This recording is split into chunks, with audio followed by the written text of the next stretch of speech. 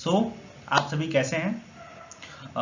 पिछला वीडियो काफ़ी शानदार रहा है, काफ़ी अच्छा आप लोग का रिस्पांस मिला है और आप लोग से यही उम्मीद है कि आप लोग ज़्यादा से ज़्यादा हम लोग को सपोर्ट कीजिए, क्योंकि आप लोग के सपोर्ट से ही हम लोग देखिए, लाइक और कमेंट और सब्सक्राइब कोई पैसा या फिर कुछ है नहीं, बस आप लोग जो करते हैं वो एक मोटिवेशन की तरह हम लोग को काम करता है। So welcome to all of you, myself Dev, and today we will discuss about the important question DULLB के जो भी important question है और मिक्स है, constitution plus legal mix question हम लोग लेके आए हैं।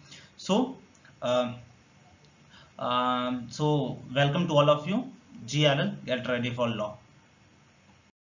सो देखिए, सबसे पहले ये एक क्वेश्चन है, लेकिन इसका सबसे पहले हम लोग पोस्टमार्टम करते हैं, क्योंकि क्या है इस क्वेश्चन से क्या क्या निकल के आ रहा है। देखिए, सबसे पहले अगर हम लोग बात करें, सबसे पहले क्या, हिंदू डॉटर, तो मतलब आपको क्या पढ़ना है, फैमिली लॉ पढ़ना है। फैमिली लॉ में क्या पढ़ना है, हिंदू लॉ और मुस्लिम लॉ, बहुत इंपॉर्टेंट है आप लोग के लिए, पूछता है क्वेश्चन। तो आते हैं क्वेश्चन पे, that a Hindu daughter were given equal rights. आपको देखिए क्या है इस क्वेश्चन में, कि इस क्वेश्चन में ये पूछा है कि हिंदू डॉटर को इक्वल राइट कब मिला था, कौन से एक्ट के तहत मिला था। देखिए, इस पे काफी डिबेट है, ठीक है, आपको इंपॉर्टेंट केसेस हैं, फिर उसके बाद जजमेंट है, इलाहाबाद का क्या जजमेंट है, दिल्ली का क्या जजमेंट है, लेकिन हम लोग सिर्फ क्वेश्चन को देखेंगे इसमें। अगर आप सेपरेट वीडियो चाहते हैं हिंदू लॉ पे, मुस्लिम लॉ पे, तो आप कमेंट कर सकते हैं, आपको हम लोग इंपॉर्टेंट से इंपॉर्टेंट क्वेश्चन हम लोग जो है आपका हिंदू लॉ, मुस्लिम लॉ और फैमिली लॉ से करवा देंगे, ठीक है। तो पहला देखिए, पहला ऑप्शन क्या है, पहला ऑप्शन है the Hindu law of inheritance act 1929, the Hindu Succession Act 1956, the Hindu Succession Amendment Act 2005 and none of the above. So इसका जो राइट आंसर होगा वो होगा सी, ठीक है, the Hindu succession act 2005। So हम लोग अगले क्वेश्चन की तरफ बढ़ते हैं। Second question, who can classify any specific caste and schedule. देखिए, स्पेसिफिक कास्ट और शेड्यूल तो क्या है, देखिए इस पे क्या है, देखिए एक बना लीजिएगा, क्या क्या हम लोग को कॉन्स्टिट्यूशन, ये कॉन्स्टिट्यूशन का क्वेश्चन है। शेड्यूल, पूरे आपको शेड्यूल कितने पढ़ने हैं, 12 शेड्यूल पढ़ने हैं, ठीक है, 12 आपको पूरे शेड्यूल पढ़ने हैं, ठीक है। उसके बाद आपको क्या पढ़ना है, आपको देखिए पहला पढ़ना है कॉन्स्टिट्यूशन, प्रियम्बल आपका अच्छे से होना चाहिए, उसके बाद सिटीजनशिप, उसके बाद क्या, fundamental rights, fundamental duties, directive principle of state policy, फिर उसके बाद देखिए ये governor, the president, chief minister और प्राइम मिनिस्टर, सभी के आर्टिकल, सभी के पावर, ठीक है।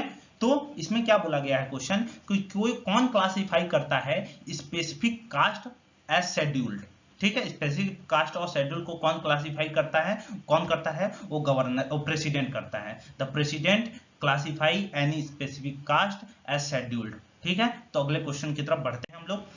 Who can be the chairman of national human right commission. देखिए, आप लोग को अब करंट का क्वेश्चन ये बन जाता है, आप लोग को करंट का क्वेश्चन क्या बन जाएगा कि कौन है chairman national human right commission का और कौन सा लॉ कमीशन है अभी।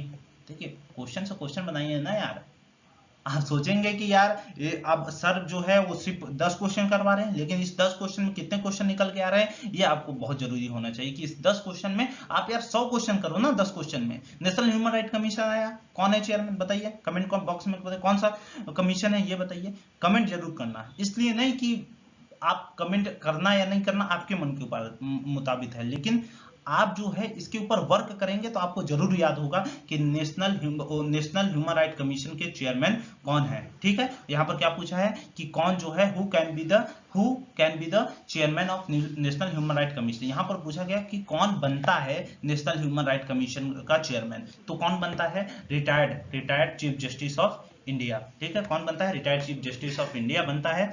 और सबसे पहले देखिए, अब इस पे बात करते हैं, तो चीफ जस्टिस ऑफ इंडिया का आर्टिकल कौन सा है, ठीक है, और यूनियन लॉ मिनिस्टर हम लोग के कौन है।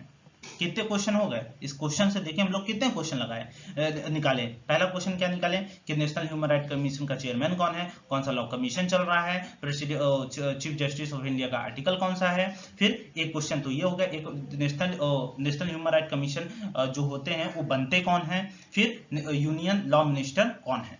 तो 5 से 6 क्वेश्चन हम लोग इस क्वेश्चन से निकाले, ठीक है। तो नेक्स्ट क्वेश्चन देखिए, वही करेंगे हम लोग, क्वेश्चन का पोस्टमार्टम करेंगे।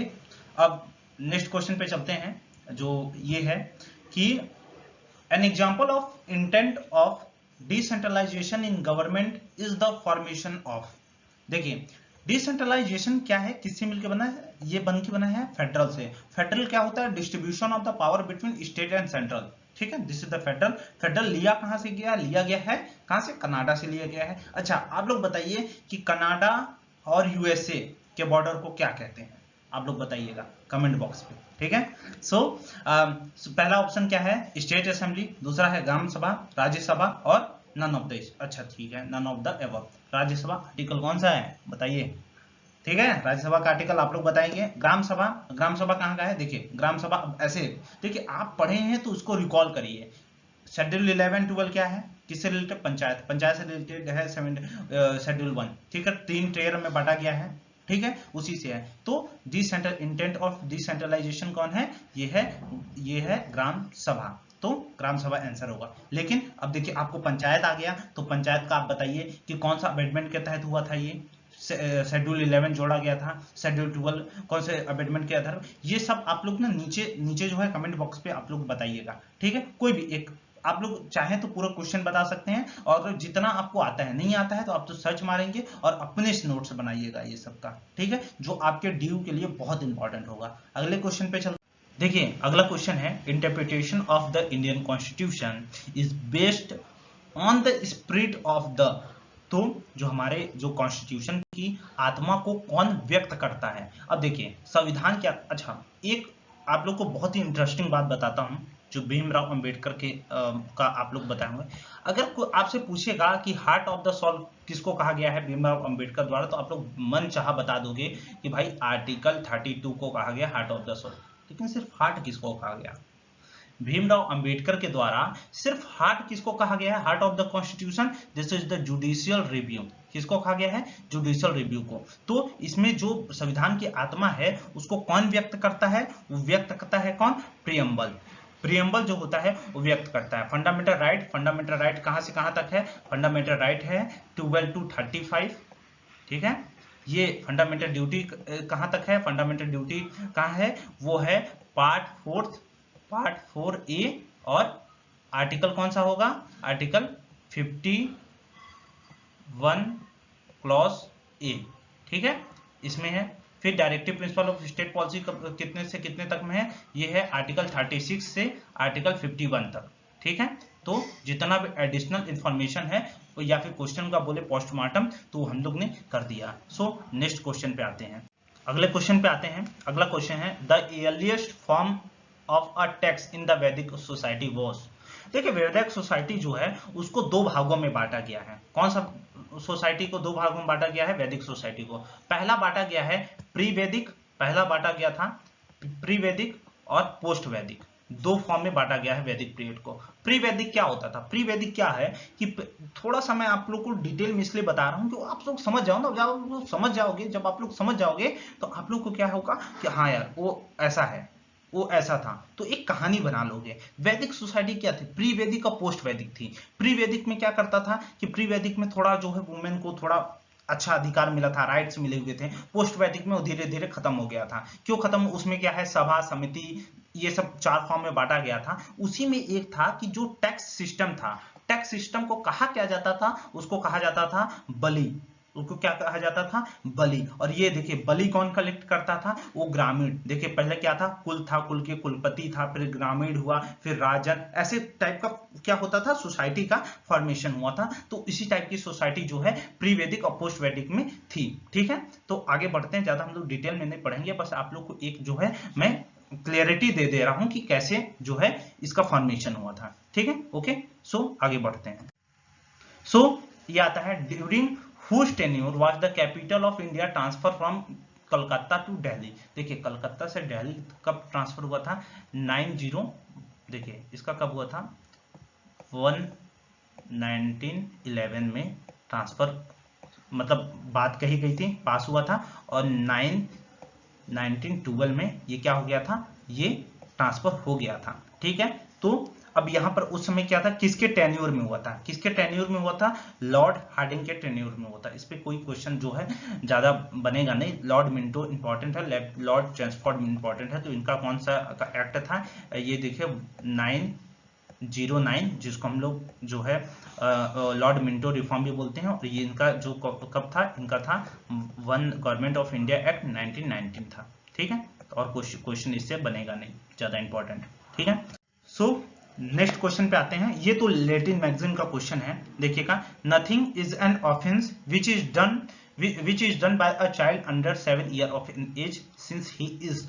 अगर क्या है, अगर कोई जो है बच्चा ऑफेंस कमिट करता है जिसकी एज 7 ईयर से कम है, तो उसके लिए उसको जो है वो गिल्टी नहीं होगा, उसको जो है कोई पनिशमेंट नहीं दिया जाएगा। उसके लिए कौन सा लैटिन मैगजीन यूज होता है, वो यूज होता है डॉली इनकैपेक्स। डॉली इनकैपेक्स आईपीसी के कौन से सेक्शन में है, ये आप लोग मेरे को बताइएगा।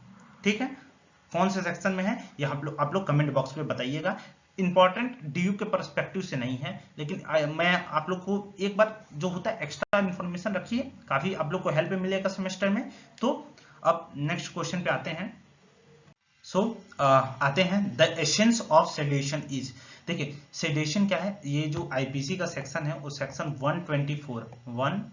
124A में डिफाइन किया गया है, और इसमें पूछा गया है कि इसमें मेन क्या है। सेडेशन में आप बोला जाए तो अभी देखिए हाई कोर्ट जो सुप्रीम कोर्ट जो है इसका डिफिनेशन देने के मूड में है, क्योंकि अभी देखिए सेडेशन का कोई एक परफेक्ट डिफिनेशन नहीं है ही नहीं, बोल सकते हैं कि सेडेशन क्या होता है वो आईपीसी में डिफाइन ही नहीं किया गया है। तो इस पर ज्यादा हम लोग जो है डिटेल में नहीं जाएंगे। इसका जो राइट आंसर होगा वो होगा ऑप्शन ए, इंटेंशन। ठीक है, आगे बढ़ते हैं। आज का क्वेश्चन आप लोग के लिए क्या है, आप लोग के लिए आज का क्वेश्चन है कि the Indian penal code 1860 is applicable to.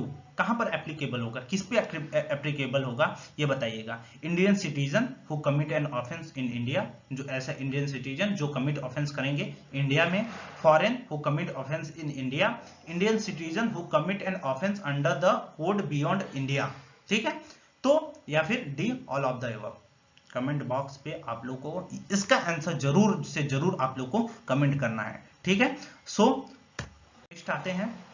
आप लोग को पता होगा प्राइवेट ग्रुप चल रहा है, आप लोग ज्वाइन हो सकते हैं। काफी अच्छा एकदम जो है लेटेस्ट पैटर्न पे आप लोग को मॉक प्रैक्टिस सेट और नोट्स मिलेंगे सिर्फ 650 रुपीज ऑनली पे। आप दिए हुए कॉन्टेक्ट नंबर पे आप जो है कॉल कर सकते हैं और मैसेज कर सकते हैं। Thank you so much, have a nice day. और हाँ, आप लोग सपोर्ट करिए हम लोग को। ठीक है, लाइक, सब्सक्राइब और कमेंट करके। Thank you so much, have a nice day, bye bye.